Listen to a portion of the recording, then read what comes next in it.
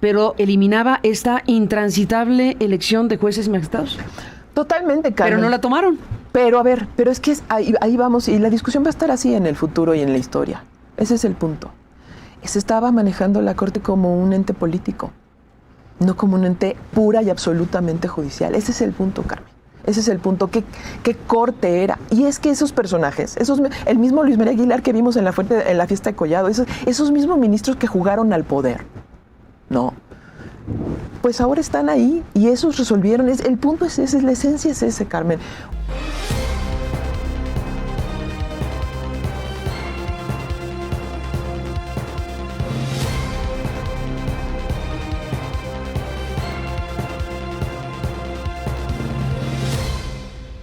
¿Qué tal, amigos y amigas? Bienvenidos a una nueva videoinformación más. La periodista María Idalia Gómez dejó callada así contra las cuerdas, contra la pared. Se fue Carmen Aristegui luego de esta entrevista que le concedió el día de hoy en su programa en Aristegui Noticias.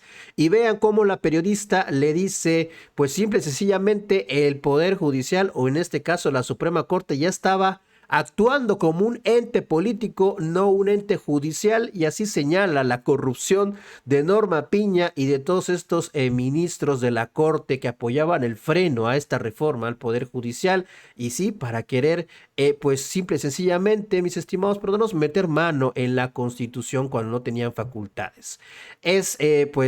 También tenemos que mencionar que la periodista de investigación María Idalia Gómez, pues siempre estuvo en desacuerdo en toda esta reforma al Poder Judicial, en la elección de jueces, ministros y magistrados, y hasta apoyaba la revisión, en este caso, del proyecto del ministro González Alcántara Carrancá, pero bueno, se le salió de las manos la entrevista a Carmen Aristegui y así lo dice, que si hay corrupción. Ella conoce a personas juzgadoras que se han salido por la misma corrupción que hay dentro del Poder Judicial, y también que pues todo esto ya fue meramente político, el actual de estos ministros de la Suprema Corte que no estuvieron a la altura. Y la cara de Carmen Aristegui lo dice todo. Vamos a verlo. El proyecto del ministro González Alcántara Carrancá, yo digo que era un favor gigante al régimen, porque dejaba la elección de ministros y el Tribunal de Disciplina, al que acotaba un poquito, pero eliminaba esta intransitable elección de jueces y magistrados. Totalmente, Carmen. Pero no la tomaron. Pero a ver, pero es que ahí vamos, y la discusión va a estar así en el futuro y en la historia. Ese es el punto. Se estaba manejando la Corte como un ente político, no como un ente pura y absolutamente judicial. Ese es el punto, Carmen. Ese es el punto. ¿Qué corte era? Y es que esos personajes, el mismo Luis María Aguilar que vimos en la fiesta de Collado, esos mismos ministros que jugaron al poder, ¿no? Pues ahora están ahí y esos resolvieron. El punto es ese, la esencia es ese, Carmen. El Poder Judicial, ¿cuál es el papel histórico que debía jugar y que no jugó desde antes y cuál tenía que jugar ahora? En efecto, tú dices, el balón ahí estaba. Yo también lo creo. Pero era un balón político, no era un valor político jurídico, sin duda. A ver, político jurídico. Imposible de que no fuera político, pero era político jurídico, jurídico político, como lo quieras ver. Pues sí.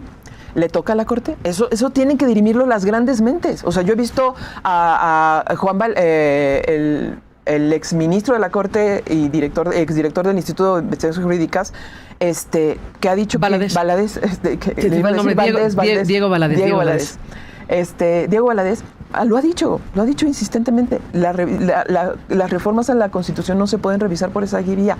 ¿Hasta dónde era posible llevar más allá a la Corte? Es una discusión muy fuerte, como la que hemos llevado, Carmen. Como haya sido, ganó la procedencia. Y así no fueron al fondo. Para mí ese es el tema. Independientemente de esta discusión de si podían o no, si los criterios de antes, después y de lo que sea, eso desde luego es un asunto fundamental. Pero al final, el momento clave y para la historia era que decidieron plantear que era procedente revisar la Constitución. Se votó y se ganó esa postura. Punto. Y los que votaron en contra tendrían que respetar esa mayoría que dijo se puede, vamos al fondo, pero no quisieron, no aceptaron que Pérez Dayán iría por el sobreseimiento y que entonces 4 votos no los tenían y entonces paremos aquí. Y nos quedaron a deber absolutamente todos Todos, porque Todos. esa corte tenía que haber discutido el fondo del Así asunto, es. no solo el proyecto, sino el fondo del asunto, y poner a votar el fondo del asunto. Y ahí hubiéramos querido ver a Pérez Dayán Así votando una vez perdido el punto de la procedencia. A ver, a ver, ¿de qué estamos hablando? De una cosa histórica. Yo creo que Pérez Dayán debería tener que hablar y Sería decirlo. bueno, este invitado está. Sí. Le hemos invitado a todos los ministros, algunos han aceptado, otros todavía no. Y todos tienen que hablar de toda su trayectoria, porque no puede salir ahora un ministro a decir hicimos todo lo que pudimos hacer, como adalides de la jurisprudencia y no pueden. Porque no es cierto la historia que tuvieron, la trayectoria que llevaron a esto. Hay muchos abogados, conozco bastantes, que dejaron de litigar hace muchos años y gente respetabilísima porque se hartó de la corrupción en el Poder Judicial y lo dicen con todas sus letras.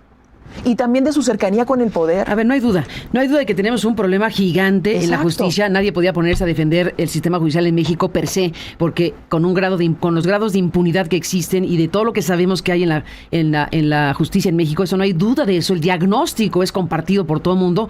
El tema es si esta es la reforma, si esta es la respuesta para esa problemática. En mi opinión, es definitivamente no. Como decían los jóvenes estudiantes en la calle, reforma judicial sí, pero no así. Exacto. Porque aquí lo que estamos viendo es la captura Así es. del Poder Judicial en algo de hiperconcentración y hacia allá nos dirigimos y ese es el tema. No solo es la captura, Carmen, es los riesgos reales de que poderes fácticos se apoderen de espacios de control en la justicia. Pues nada más, eso estaba en la mesa de los ministros. Sí, claro, pero todos, exactamente, todos nos quedaron a deber. No solo el martes negro, sino desde su historia, su propia historia cada uno, hasta eso. Y cada uno deberá responder por qué lo hizo, ¿no? Y no victimizarse y no de salir como adalides. No es el momento de eso. El momento es de asimilar y asumir lo que hicieron cada uno, el papel y cómo lo hicieron. Y en efecto, nos quedaron a deber en los análisis profundos para poder definir y que esos análisis hubieran ayudado también a la construcción de unas leyes secundarias que deben de ser escuchados sin soberbia por el Poder Ejecutivo. Porque no es inviable y eso hay que asumirlo. Y los riesgos que existen ahora con Trump y los mismos que ya tenemos internamente son muchísimos, crecieron, cambiaron. La lógica cambió. Tenemos un México antes de Trump y vamos a tener un México después de Trump. No, bueno, eso ni duda cabe. A ver, un México antes de Trump, después de Trump, un México antes de la reforma judicial, un México después de la reforma judicial, un México antes de los órganos autónomos, un México después de los órganos autónomos, un México antes de la reforma militar y un México después de la reforma militar y demás cuestiones que están en curso en algo trepidante. Estamos ya con la respiración cortada de la cantidad de eventos y situaciones trascendentes en tan corto tiempo, acelerado el proceso de aprobaciones de estas reformas heredadas por el sexenio anterior y que se están cumpliendo a pie juntillas. Estamos hablando de que no hay una discusión de ningún tipo, en realidad no hay una discusión porque hay un propósito, todo parece indicar un propósito de sí, instaurar un nuevo régimen y preguntémonos otra vez, ¿qué tipo de régimen es el que se está construyendo? ¿Qué tipo de situación es la que se está dando? Y nuestro buzón de voz, que no